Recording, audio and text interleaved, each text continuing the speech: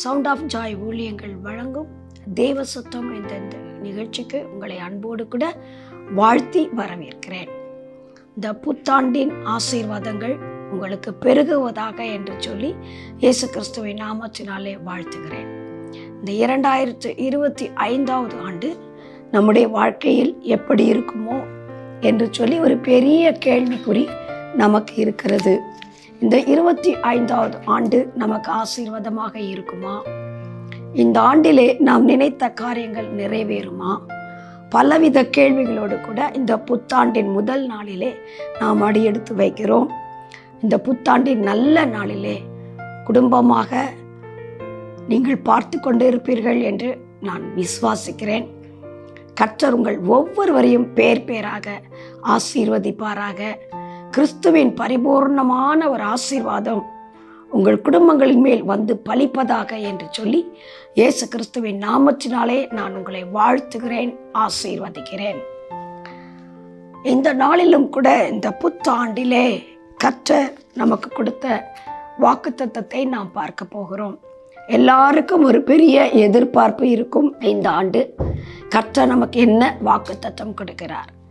தேவன் இந்த ஆண்டிலே நம்மை எப்படி நடத்த போகிறார்? தேவன் இந்த ஆண்டிலே எப்படி நம்மை ஆசீர்வதிக்க போகிறார்? இப்படி பலவிதமான ஒரு காரியங்கள் நம்முடைய மனதிலே எழும்பும். பலவித கேள்விகள் நம்முடைய மனதிலே இருக்கும்.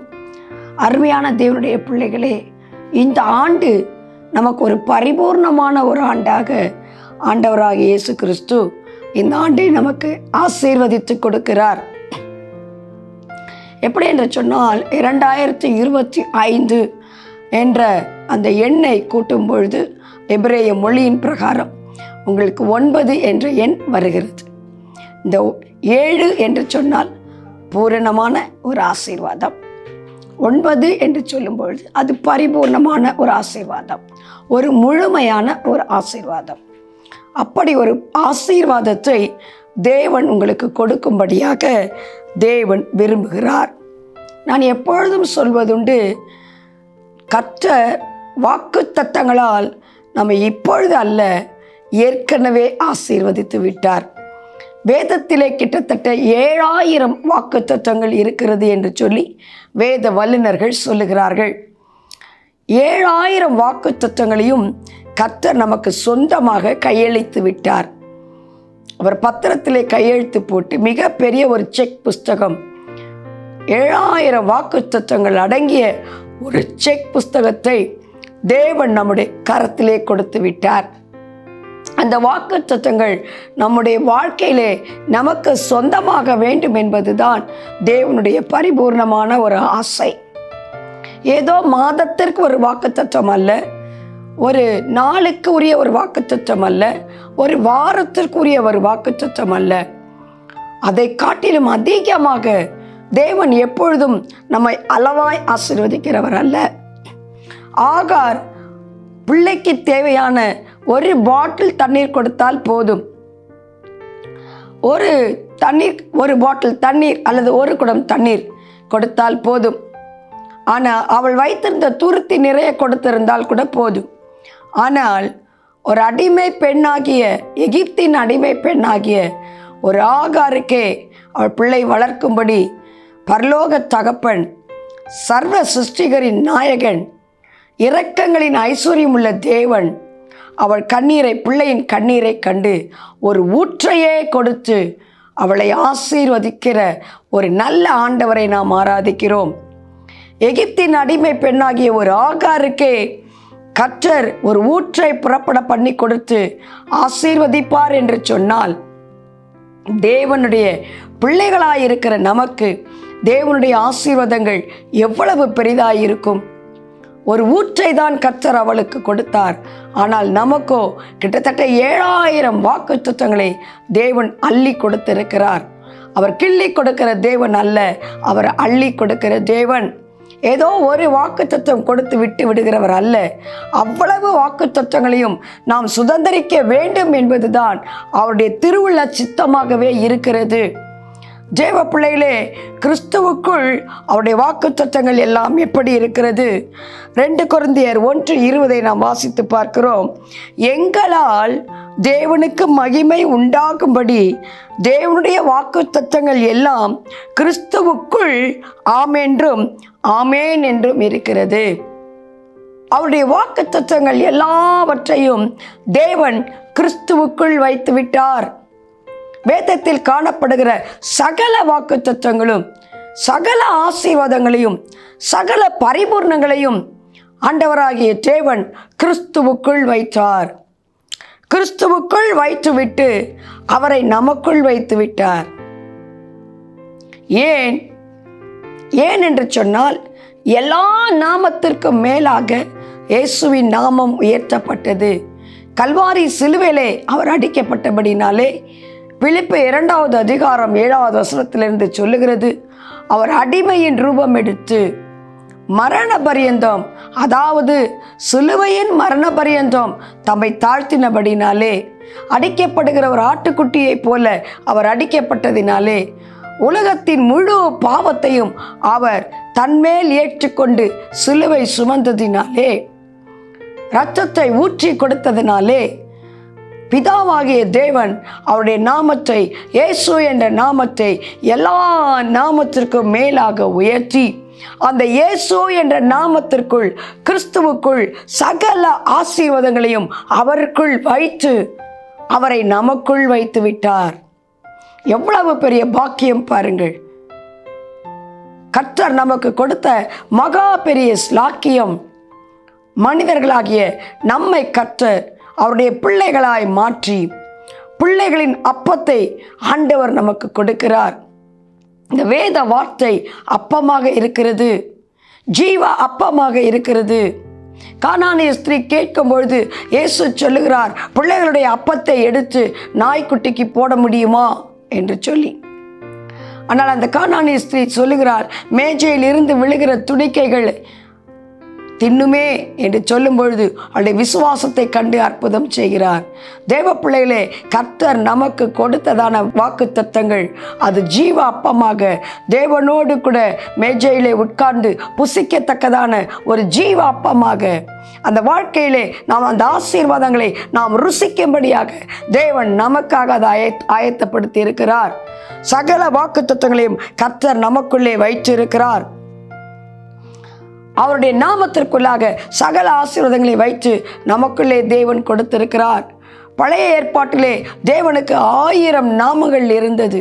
ஏகோவா ஈரே, ஏகோவா ஷாலோம், ஏகோவா ஷம்மா, சர்வ வல்லமையுள்ள தேவன், இருக்கிறாராகவே இருக்கிறார், எபெனேசர், பல 1000 நாமங்கள் அவருக்கு கொடுக்கப்பட்டது. ஆனால் புதிய ஏற்பாடு முழுவதும் நீங்கள் வாசித்து பார்க்கும்பொழுது எல்லா நாமத்திற்கும் மேலான ஒரு புதிய நாமத்தை இயேசுவுக்கு தேவன் கொடுத்து, கிறிஸ்து இயேசுவாகிய அந்த நாமத்திற்குள்ளாகவே சகல ஆசீர்வாதத்தையும், சகல நாமத்திற்குரிய ஆசீர்வாதத்தையும் தேவன் அந்த ஒரே நாமத்திற்குள்ளாக, கல்வாரி சிலுவை நிமித்தம் அந்த ஒரே நாமத்திற்குள்ளாக கர்த்தர் வைத்து அவரை உயர்த்தி இருக்கிறார். ஹல்லேலூயா சொல்லலாமா? ஆகவே அந்த ஆசீர்வாதங்கள் எல்லாம் அவரை ஏற்றுக்கொண்ட தம்முடைய பிள்ளைகளாகிய நமக்கு அந்த ஆசீர்வாதங்கள் சொந்தமாயிருக்கிறது. தேவனுடைய பிள்ளைகளே, கொலோசியர் 2வது அதிகாரம் 9வது வசனம் 10வது வசனம், இந்த பரிபூர்ணமான இந்த ஆண்டிலே, இந்த பரிபூர்ணமான இந்த ஆண்டின் துவக்க இந்த நாளிலே நான் உங்களோடு கூட கர்த்தருடைய வாக்குத்தத்தத்தை கொடுப்பதிலே மிகுந்த மகிழ்ச்சி அடைகிறேன், மிகுந்த சந்தோஷப்படுகிறேன். இப்படிப்பட்ட ஒரு வாக்குத்தத்தத்தை கர்த்தர் எனக்கு கொடுத்ததற்காய் நான் கர்த்தருக்குள்ளே களி கூறுகிறேன். கொலோசியர் 2வது அதிகாரம் 9வது வசனம் 10வது வசனம் இந்த ஆண்டிற்கான ஒரு வாக்குத்தத்தமாக கர்த்தர் கொடுத்தார். தேவ பிள்ளைகளே, அதை வாசிக்கலாமா? கொலோசியர் 2வது அதிகாரம் 9வது வசனம் 10வது வசனம். ஏனென்றால் தேவத்துவத்தின் பரிபூர்ணம் எல்லாம் சரீர பிரகாரமாக அவருக்குள் வாசமாயிருக்கிறது. 10வது வசனம் வாசிப்போம். மேலும் சகல துரைத்தனத்திற்கும் அதிகாரத்திற்கும் தலைவராய் இருக்கிற அவருக்குள் நீங்கள் பரிபூர்ணமுள்ளவர்களாய் இருக்கிறீர்கள். இந்த 2025ஆம் ஆண்டிலே கர்த்தர் நம்மோடு கூட பேசுகிற ஒரு வாக்குத்தத்தம், நம்மை நேசித்து நமக்காய் கர்த்தர் கொடுக்கிற ஒரு வாக்குத்தத்தம். அது என்ன வார்த்தை தெரியுமா? கிறிஸ்துவுக்குள் நீங்கள் பரிபூர்ணம் உள்ளவர்களாய் இருக்கிறீர்கள். சகல துரைத்தனத்திற்கும் அதிகாரத்திற்கும் தலைவராய் இருக்கிற அவருக்குள், கிறிஸ்துவுக்குள் நீங்கள் பரிபூர்ணம் உள்ளவர்களாய் இருக்கிறீர்கள். இனிமேல் தான் ஏதோ ஒரு வாக்குத்தத்தத்தை கொடுத்து கர்த்தர் உங்களை நடத்தப் போகிறேன் என்று வேதம் சொல்லவில்லை. ஏற்கனவே பரிபூர்ணமான ஆசீர்வாதங்களை நான் உங்களுக்கு வைத்து விட்டேன் என்று ஆண்டவர் சொல்லுகிறார். சகல ஆசீர்வாதத்தையும், சகல பரிபூர்ணமான ஆசீர்வாதத்தையும் கர்த்தர் நமக்குள்ளே வைத்திருக்கிறார்.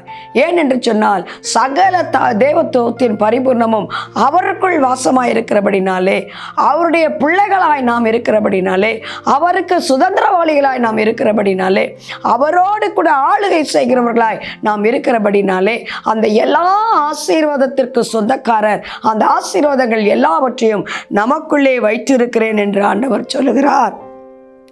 நமக்குள்ளே கர்த்தர் அந்த பரிபூர்ணமான ஆசீர்வாதத்தை வைத்திருக்கிறார். அந்த பரிபூர்ணமான ஆசீர்வாதத்தை ஒரு சில காரியங்களை இந்த நாளில் நாம் தியானிக்க போகிறோம். கர்த்தருக்கு சித்தமானால் இன்னும் என்னென்ன ஆசீர்வாதங்களை கிறிஸ்துவுக்குள் கர்த்தர் வைத்து நமக்கு கொடுத்திருக்கிறார் என்று சொல்லி வருகிற நாட்களிலே நாம் பார்க்கலாம். ஆனால் இந்த வாக்குத்தத்தத்தின் நாளிலே கொஞ்சமாக தேவன் நமக்கு எப்படி நம்மை நடத்த சித்தமாய் இருக்கிறார், எப்படி இந்த பரிபூர்ணத்தை கர்த்தர் நமக்குள்ளே வைத்திருக்கிறார், என்னென்ன ஆசீர்வாதங்களை கர்த்தர் வைத்திருக்கிறார் நாம் பார்த்து அதை சுதந்தரித்துக் கொள்ள போகிறோம். அதை விசுவாசித்து அதை அறிக்கையிட்டு நாம் சுதந்தரித்துக் கொள்ள போகிறோம். எபேசியர் 1 அதிகாரம் 3வது வசனம். நம்முடைய கர்த்தராகிய இயேசு கிறிஸ்துவின் பிதாவாகிய தேவனுக்கு ஸ்தோத்திரம். அவர் கிறிஸ்துவுக்குள் உன்னதங்களிலே ஆவிக்குரிய சகல ஆசீர்வாதத்தினாலும் நம்மை ஆசீர்வதித்திருக்கிறார்.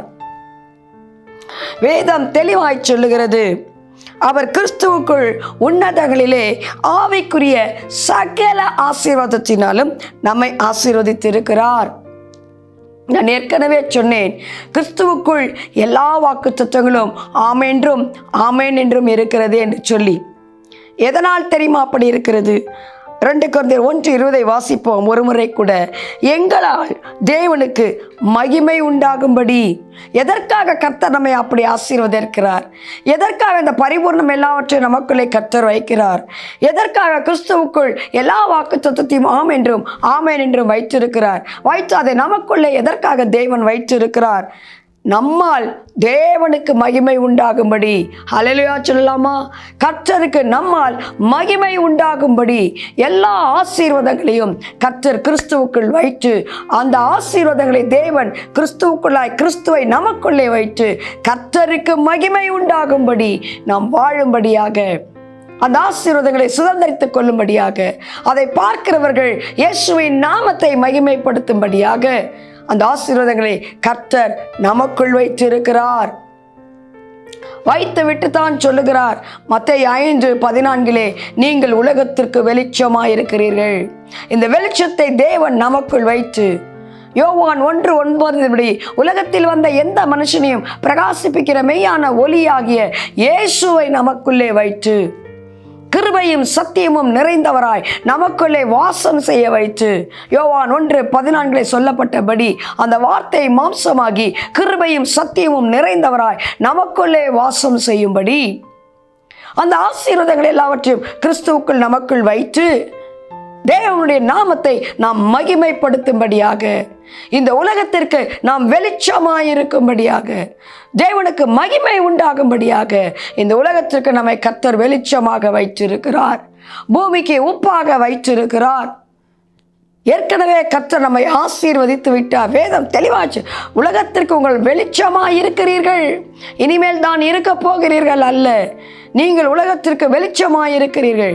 என்றைக்கு இயேசுவை ஏற்றுக்கொண்டீர்களோ, என்றைக்கு கிறிஸ்து இயேசு உங்களுக்குள் வாசமாய் வந்தாரோ, அந்த நாளிலிருந்து கர்த்தர் நம்மை உலகத்திற்கு வெளிச்சமாக வைக்கிறார். எதற்கு? அவருடைய நாமத்திற்கு மகிமை உண்டாகும்படி. ஆவிக்குரிய உன்னத ஆசீர்வாதங்களாலே கர்த்தர் நம்மை ஆசீர்வதித்திருக்கிறார். தேவ நாம மகிமை உண்டாகும்படி. ஆவிக்குரிய ஆசீர்வாதத்தினால் மாத்திரம்தான் கர்த்தர் நம்மை நிரப்பி இருக்கிறாரா? சகல ஆசீர்வாதத்தினாலும் சகல ஆவிக்குரிய ஆசீர்வாதத்தினாலும் மாத்திரம்தான் தேவன் நம்மை நிரப்பி இருக்கிறாரா? இந்த உலக பிரகாரமாக நாம் வாழ்வதற்கு கர்த்தர் என்ன ஆசீர்வாதத்தை கொடுக்கிறார்? 2 பேதுரு 1வது அதிகாரம் 3வது வசனம் வாசித்து பார்க்கலாம். தம்முடைய மகிமையினாலும் காருண்யத்தினாலும் நம்மை அழைத்தவரை அறிகிற அறிவினாலே ஜீவனுக்கும் தேவ பக்திக்கும் வேண்டிய யாவற்றையும் அவருடைய திவ்ய வல்லமையானது நமக்கு தந்தருளினது. அடுத்ததாக ஒரு வாக்குத்தத்தத்தை கர்த்தர் கொடுக்கிறார். கிறிஸ்துவுக்குள் பரிபூர்ணமாய் நீங்கள் இருக்கிறீர்கள். ஏற்கனவே இனிமேல் தான் அல்ல, இருக்கிறீர்கள். ஆவிக்குரிய சகல ஆசீர்வாதத்தினாலும் ஏற்கனவே உங்களை ஆசீர்வதித்து இருக்கிறார். இப்பொழுது சொல்லுகிறார், நம்மை அழைத்தவரை அறிகிற அறிவினாலே ஜீவனுக்கும் தேவ பக்திக்கும் வேண்டிய யாவற்றையும் அவருடைய திவ்ய வல்லமையானது நமக்கு தந்தருளினது. ஏற்கனவே தேவன் கொடுத்து விட்டார். இந்த ஜீவனுக்கு தேவையான எல்லாவற்றையும் கர்த்தர் நமக்கு கொடுத்திருக்கிறார். இந்த பூமிக்குரிய வாழ்க்கையிலே வாழ்வதற்கு உங்களுக்கு என்ன எல்லாம் தேவை இருக்கிறதோ, அவர் தேவ பக்திக்கு ஏதுவாய் நீங்கள் ஆண்டவருக்கு பிரியமாய் வாழ்வதற்கு, கர்த்தருக்காய் வாழ்வதற்கு, பரலோக ராஜ்யத்திற்காய் வாழ்வதற்கு, இந்த தேவ பக்திக்கு என்ன ஆவிக்குரிய வாழ்க்கைக்கு என்ன உங்களுக்கு தேவையாக இருக்கிறதோ, மகிமையோ வல்லமையோ வரங்களோ கனிகளோ, இந்த உலக ஜீவனுக்கு தேவையான உணவோ உடையோ ஆசீர்வாதங்களோ இருப்பிடமோ எல்லாவற்றையும் அவருடைய திவ்ய வல்லமை நமக்கு கல்வாரி சிலுவையிலே சம்பாதித்து வைத்துதான் ஆண்டவர் சொன்னார் எல்லாம் முடிந்தது என்று சொல்லி. நம்முடைய பிரயாசத்தினாலே நாம் இவற்றை சம்பாதிப்பது அல்ல. ஏற்கனவே கர்த்தர் எல்லாவற்றையும் நமக்குள்ளே வைத்திருக்கிறார். வைத்து விட்டு தான் சொல்லுகிறார், முதலாவது தேவனுடைய ராஜ்யத்தையும் அவருடைய நீதியும் தேடுங்கள், பிறகு இவை எல்லாம் பெற்றுக்கொள்ளுவீர்கள். நாம் இப்பொழுது பேசிக்கொண்டிருக்கிற இந்த ஆசீர்வாதங்களை எல்லாம் நீங்கள் பெற்றுக்கொள்ள வேண்டுமானால் நாம் வாசித்தோம், அழைத்தவரை அறிகிற அறிவினாலே நாம் வளர வேண்டும். கர்த்தரை அறிகிற அறிவிலே வளர வேண்டும். நம்முடைய வாழ்க்கை தேவனுக்கு மகிமை உண்டாகுகிற ஒரு வாழ்க்கையாக வாழ வேண்டும். அப்பொழுதுதான் இந்த பரிபூர்ணம் உள்ள அந்த ஆசீர்வாதங்களை நம்மளால் சுதந்தரித்து கொள்ள முடியும். தேவ பிள்ளைகளே, அதைத்தான் யோவான் சொல்லுகிறார், பிரியமானவனே, உன் ஆத்துமா வாழ்வதைப் போல் நீ எல்லாவற்றிலும் வாழ்ந்து சுகமாயிருக்க வேண்டும் என்று வேண்டிக் கொள்ளுகிறேன். இன்றைக்கு ஆத்துமா வாழ்கிறதை போல் அதை விட்டு விடுவோம். நீ எல்லாவற்றிலும் வாழ்ந்து சுகமாய் இருக்க வேண்டும் என்பதுதான் தேவனுக்கு சித்தம். இதை மாத்திரம் சொல்லிவிடுவோம். ஆனால் வேதம் தெளிவாய் சொல்லுகிறது, உன் ஆத்துமா வாழ்வதை போல் நீ நன்றாய் வாழ வேண்டும் என்று சொன்னால், நீ நன்றாய் இருக்க வேண்டும் என்று சொன்னால், முதலாவது உன்னுடைய ஆத்துமா வாழ வேண்டும். உன் உள்ளான மனிதன் மரித்த ஆத்துமாவாய் இருக்கும் என்று சொன்னால் நீ எப்படி இந்த உலகத்திலே சமாதானமாக வாழ முடியும்? உன் ஆத்துமாவிலே ஜீவன் இருக்க வேண்டும். உன் ஆத்துமா கிறிஸ்துவுக்குள்ளே வாழ வேண்டும். அப்படி வாழும்போது, அவருக்கு பிரியமாய் நீங்கள் வாழும்போது, தேவ சமூகத்தில் நிலைத்திருக்கும் போது நாம் இப்படிப்பட்ட ஆசீர்வாதங்களை பெற்றுக்கொள்ள முடியும். தாவீது சொல்லுகிறார், நான் கர்த்தருடைய வீட்டிலே நீடித்த நாட்களாய் நிலைத்திருப்பேன், நன்மையும் கிருபையும் என்னை தொடரும். நம்ம அதை விட்டுருவோம், நன்மையும் கிருபையும் என்னை தொடரும், இதை மாத்திரம் எடுத்துக்கொள்வோம். ஆனால் அவர் சொல்லுகிறார், நான் கர்த்தருடைய வீட்டிலே நீடித்த நாட்களாய் நிலைத்திருப்பேன், நன்மையும் கிருபையும் என்னை தொடரும். நாம் கர்த்தருடைய வீட்டிலே நிலைத்திருக்கணும், தேவ சமூகத்திலே நிலைத்திருக்கணும், தேவ சமூகத்தை வாஞ்சிக்கணும். அந்த தாவீது சொல்லுகிறார், பல பிரபுக்கள் அவர்களுக்கு இருக்கிறார்கள், பல மந்திரிகள் ஆலோசனை சொல்ல இருக்கிறார்கள், சமஸ்த இஸ்ரவேலின் ராஜாவாக இருக்கிறார். அவ்வளவு பெரிய ராஜா சொல்லுகிறார், வேறிடத்தில் 1000 நாள் வாழ்வதை பார்க்கலாம் உம்முடைய ஆலய பிரகாரத்தில் இருக்கிற ஒரு நாள் நல்லது. ஏன் தாவீது அப்படி வாழ்ந்தார்? ஏன் அவ்வளவு ஆசீர்வாதம் அவருக்கு ஏன் வந்தது? அவர் இருதயம் தேவனோடு கூட இருந்தது. அதனால்தான் தாவீதை குறித்து ஆண்டவர் சொல்லுகிறார், தாவீது என் இருதயத்திற்கு ஏற்றவன். தாவீது எப்பொழுதும் தேவனை நோக்கி பார்க்கிறவன். மானானது நீரோடை வாஞ்சித்து கதர்மாம் போல தேவனே என் ஆத்துமாவும் மேல் வாஞ்சையாயிருக்கிறது. தேவ பிள்ளைகளே, கிறிஸ்துவுக்குள் நாம் வாழும்போது, கர்த்தருக்காய் வாழும்போது, தேவ சமூகத்திலே நாம் நிலைத்திருக்கும் போது, நம்முடைய ஆத்துமா கர்த்தருக்குள் வாழும்போது, அவரை அறிகிற அறிவிலே நாம் வளரும்போது, நாம் அவருக்குள் பரிபூர்ணம் உள்ளவர்களாயிருக்கிறோம். நீதிமொழிகள் அதுதான் சொல்லுகிறது. நீதிமொழிகள் 28வது அதிகாரம் 20வது வசனம், உண்மையுள்ள மனுஷன் பரிபூர்ணமான ஆசீர்வாதங்களை பெறுவான். பரிபூர்ணமான ஆசீர்வாதம். எது பரிபூர்ணமான ஆசீர்வாதம்? கிறிஸ்து நமக்குள் வாழ்வதுதான் பரிபூர்ணமான ஆசீர்வாதம். யாக்கோபுக்கு இல்லாத ஆசீர்வாதங்களா?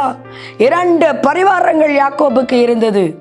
2 பரிவாரங்கள் என்று சொன்னால் 2 ராஜாக்களுக்கு உரிய அத்தனை ஆசீர்வாதங்களும் யாக்கோபுக்கு இருந்தது.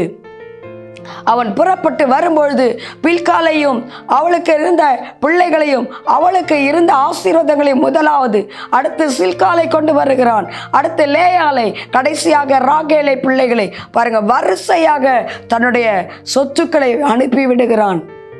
விட்டுவிட்டு 2 ராஜாக்களுடைய பரிவாரங்கள் அவனோடு கூட வந்தது. ஆனால் அப்படிப்பட்டவன் அவன் எல்லாவற்றையும் ஒதுக்கி வைத்துவிட்டு அக்கறைக்கு போய் தேவனோடு போராடுகிறான். ஆண்டவரே, என்னை ஆசீர்வதியும், நீர் என்னை ஆசீர்வதித்தாலே ஒழிய உம்மை போக விட மாட்டேன் என்று சொல்லி. அப்படியானால் என்ன அர்த்தம்? 2 ராஜாக்களுடைய பரிவாரங்களுக்கு உடைய அவ்வளவு ஆசீர்வாதங்களை வைத்திருக்கிறவன் தேவனை பார்த்து கதறுகிறான். விடிய விடிய தேவனோடு போராடுகிறான். தேவனே, என்னை ஆசீர்வதியும், இல்லைன்னா உங்களை விட மாட்டேன். அது என்ன அர்த்தம்? ஆண்டவரே, இவை எல்லாவற்றை பார்க்கிலும் நீர் என்னோடு கூட இருக்க வேண்டும். ஆசீர்வாதத்திற்கு உரிய தேவன், சகல வாக்குத்தத்தங்களுக்கும் உரிய தேவன், சகலவற்றையும் சிருஷ்டித்த தேவன், அவர் நம்மோடு கூட இருப்பதுதான் நமக்கு மிக பெரிய ஆசீர்வாதம். அதுதான் பெரிய வாக்குத்தத்தம். அப்படிப்பட்ட வாக்குத்தத்தத்தை இந்த ஆண்டிலே கர்த்தர் நமக்கு கொடுக்கிறார். அவருக்குள் சகல பரிபூர்ணமும் உடையவர்களாயிருக்கிறீர்கள். ஹல்லேலூயா சொல்லலாமா? அவர் எப்படிப்பட்டவராய் இருக்கிறார்? கொலோசியர் 1வது அதிகாரம் 16வது வசனம் 17ஆம் வசனம் வாசித்து பாருங்கள். நமக்குள்ள இருக்கிற ஆண்டவராகிய கிறிஸ்துவுக்குள் சகலமும் சிருஷ்டிக்கப்பட்டது. பரலோகத்திற்கு உள்ளவைகளானாலும் பூலோகத்திற்கு உள்ளவைகளானாலும் காணப்படுகிறவர்களானாலும் காணப்படாதவைகளானாலும் சகல வஸ்துக்களானாலும் சிங்காசனங்களானாலும் துரைத்தனங்களானாலும் அதிகாரங்களானாலும் சகலமும் அவரை கொண்டும் அவருக்கென்றும் சிருஷ்டிக்கப்பட்டது. அவர் எல்லாவற்றிலும் முந்தினவர், எல்லாம் அவருக்குள் நிலை நிற்கிறது. அவர் எல்லாவற்றுக்கும் முந்தினவர், உலகம் தோன்றுவதற்கு முன்பாகவே இருக்கிறவர், அவர் ஆதியாய் இருக்கிறவர், அவர் அந்தமாய் இருக்கிறவர், எல்லாம் அவருக்குள் நிலை நிற்கிறது. 19 பாருங்கள், சகல பரிபூர்ணமும் அவருக்குள்ளே வாசமாய் இருக்கவும். அடுத்ததாக தேவன் ஒரு ஆசீர்வாதத்தை நமக்கு கொடுக்கிறார். அவர் சிலுவையில் சிந்தின இரத்தத்தினாலே சமாதானத்தை உண்டாக்கி பூலோகத்தில் உள்ளவைகள் பரலோகத்தில் உள்ளவைகள் யாவையும் அவர் மூலமாய் தமக்கு ஒப்புரவாக்கி கொள்ளவும் அவருக்கு பிரியமாயிற்று. 21 முன்னே அந்நியராயும் துர்க்கிரியினாய் மனதிலே சத்துருக்களாயும் இருந்த உங்களையும் பரிசுத்தமாக்கவும் குற்றமற்றவர்களாக்கவும் கண்டிக்கப்படாதவர்களாகவும் தமக்கு முன்பாக நிறுத்தும்படியாக அவருடைய மாம்ச சரீரத்தில் அடைந்த மரணத்தினாலே இப்பொழுது ஒப்புரவாக்கினார். நம்மை தேவன் அவரோடு கூட ஒப்புரவாக்கி இருக்கிறார். இப்படிப்பட்ட ஆசீர்வாதங்களை நாம் சுதந்திரித்துக் கொள்ளும்படியாக கர்த்தர் நம்மை அவருக்குள்ளாக நம்மை வைத்திருக்கிறார். நமக்குள்ளாக கிறிஸ்துவை வைத்திருக்கிறார். அதனாலதான் வெளிப்படுத்தினல் 3:20 சொல்லும் பொழுது, ஒருவன் கதவை தட்டும் சத்தத்தை கேட்டு கதவை திறந்தால் நான் அவனுக்குள் வந்து அவனோடு கூட போஜனம் பண்ணுவேன், அவனும் என்னோடு கூட போஜனம் பண்ணுவான். அப்ப என்ன? இயேசு நமக்குள்ள வரணும், இயேசு நமக்குள்ள வாழணும். கிறிஸ்து இல்லாத ஒரு ஆசீர்வாதம் நமக்கு வேண்டாம் என்று இருக்க வேண்டும். கிறிஸ்துவோடு கூட வாழ்கிறவன், கிறிஸ்துவோடு கூட நடக்கிறவன் நிச்சயம் ஆசீர்வாதம் உள்ளவனாக இருப்பான். தேவன் கூட இருக்கிறது தாங்க பெரிய ஆசீர்வாதம். தேவன் கூட இருப்பாரே ஆனால் உலகத்தில் என்ன நடந்தாலும் நாம் பயப்பட போவது இல்லை. தேவன் நம்மோடு கூட இருக்கிறார். பெரிய ஒரு சமாதானம். இந்த உலகம் கொடுக்கிற சமாதானம் அல்ல, நான் உங்களுக்கு கொடுக்கிற சமாதானம் என்று சொன்னார். அப்படிப்பட்ட சமாதானத்தை தேவன் நமக்கு கொடுக்கிறார். அது மாத்திரமல்ல, கொலோசியர் 1:14 சொல்லுகிறது பாருங்கள், அவருக்குள் அவருடைய இரத்தத்தினாலே பாவ மன்னிப்பாகிய மீட்பு நமக்கு உண்டாயிருக்கிறது. இயேசுவின் இரத்தத்தினாலே பாவ மன்னிப்பாகிய மீட்பை கர்த்தர் நமக்கு கொடுத்திருக்கிறார். உலகத்தில் மகா பெரிய அதிசயம் எது என்று சொன்னால், இன்னைக்கு உலக அதிசயங்கள் இருக்கிறது. ஆனால் இவற்றை எல்லாவற்றை பார்க்கலாம். மகா பெரிய அதிசயம் எது தெரியுமா? மகா பெரிய அற்புதம் எது தெரியுமா? மரித்தோர் உயிரோடு கூட எழும்புவதை விட மிகப்பெரிய அற்புதம் எது தெரியுமா? நம்முடைய மீட்பு, நம்முடைய ரட்சிப்பு, இயேசுவின் இரத்தத்தினாலே நமக்கு உண்டாயிருக்கிற பாவ மன்னிப்பு. அந்த ரட்சிப்பின் அனுபவம் தான் இருக்கிற எல்லாவற்றிலும் மிக பெரிய ஆசீர்வாதம். தேவ பிள்ளைகளே, இப்படிப்பட்ட ஒரு ரட்சிப்பை கர்த்தர் நமக்கு கொடுத்திருக்கிறார். அவருடைய இரத்தத்தினாலே நம்மை மீட்டெடுத்து இப்பொழுது ஆண்டவர் சொல்லுகிறார், அடுத்த ஒரு வாக்குத்தத்தத்தை கர்த்தர் கொடுக்கிறார். எபேசியர் 2வது அதிகாரம் 7வது வசனம், கிறிஸ்துவுக்குள் நம்மை அவரோடு கூட எழுப்பி உன்னதங்களிலே உட்கார வைத்திருக்கிறார். பாருங்க, பாவ மன்னிப்பாகிய மீட்பை கொடுத்து விட்டுட்டு ஆண்டவர் விடல, அவரோடு கூட நம்மையும் எழுப்பி உன்னதங்களிலே உட்கார வைத்திருக்கிறார். பரலோகத்திலே போய்தான் உட்கார போவதில்லை. நாம் இந்த பூமியிலே வாழ்ந்தாலும், இந்த உலகத்திலே வாழ்ந்தாலும் நாம் இந்த உலகத்திற்கு உரியவர்கள் அல்ல. இயேசு சொல்லும்போது சொல்லுகிறார், சீஷர்களிடத்திலே சொல்லும்போது யோவான் 17வது அதிகாரத்திலே, நான் இந்த உலகத்தார் அல்லாதது போல நீங்களும் இந்த உலகத்திற்கு உரியவர்கள் அல்ல. நாம் பரலோகத்திற்கு உரியவர்கள். நாம் இங்கே வாழ்ந்து கொண்டிருந்தாலும் நம்முடைய குடியிருப்போ பரலோகத்தில் இருக்கிறது. நம்முடைய சிந்தை எப்பொழுதும் நம்மை பரலோகத்திற்குரியவர்களாகவே பார்க்க வேண்டும். நாம் உன்னதத்தின் ஆசீர்வாதத்திற்கு உரியவர்களாகவே நம்மை பார்க்க வேண்டும். அப்படியே நாம் தியானிக்க வேண்டும். நாம் மாம்சத்தில் நடப்பதல்ல, உள்ளான மனிதனிலே நாம் பலப்பட்டு நடக்க வேண்டும். நம்முடைய கண்கள் காண வேண்டும், நான் இந்த உலகத்திற்கு உரியவள் அல்ல, நான் இம்மைக்காக வாழ்கிறவள் அல்ல. இம்மைக்காக மாத்திரம் வாழ்வோம் என்று சொன்னால் நாம் சபிக்கப்பட்டவர்கள் என்று வேதம் சொல்லுகிறது.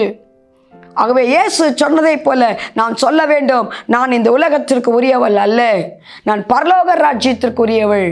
ஆண்டவர் சொல்லுகிறார், அவரோடு கூட எழுப்பி உன்னதங்களிலே நான் உட்கார்ந்திருக்கிறேன்.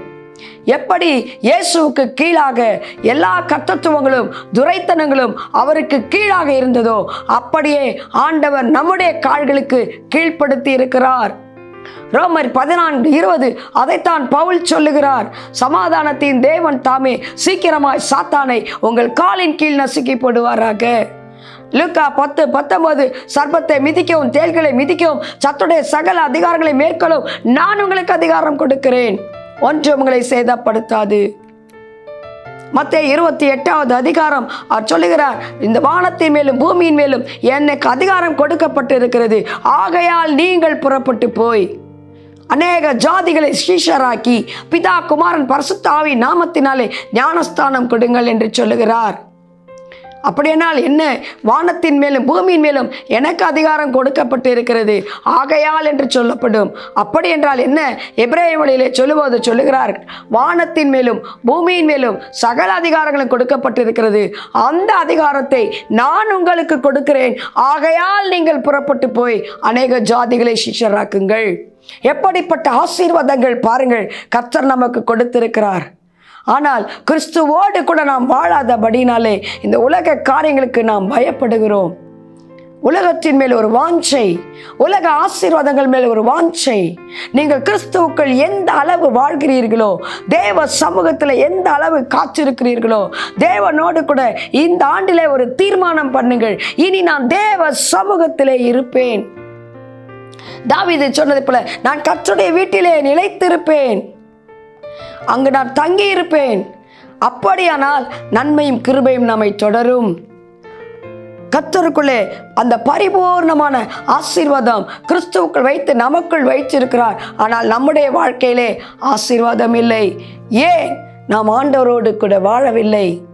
இந்த ஆண்டிலே நாம் இந்த ஆசீர்வாதங்களை எல்லாம் நாம் சுதந்தரிக்க போகிறோம்.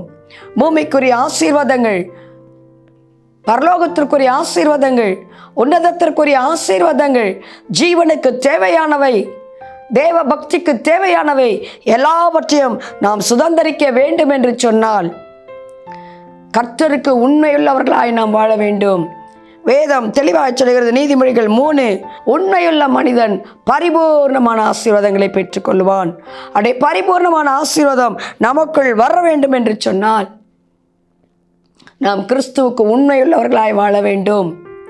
கிறிஸ்துவனுடைய சகல ஆசீர்வாதங்களையும் நம்மால் சுதந்திரித்துக் கொள்ள முடியும்.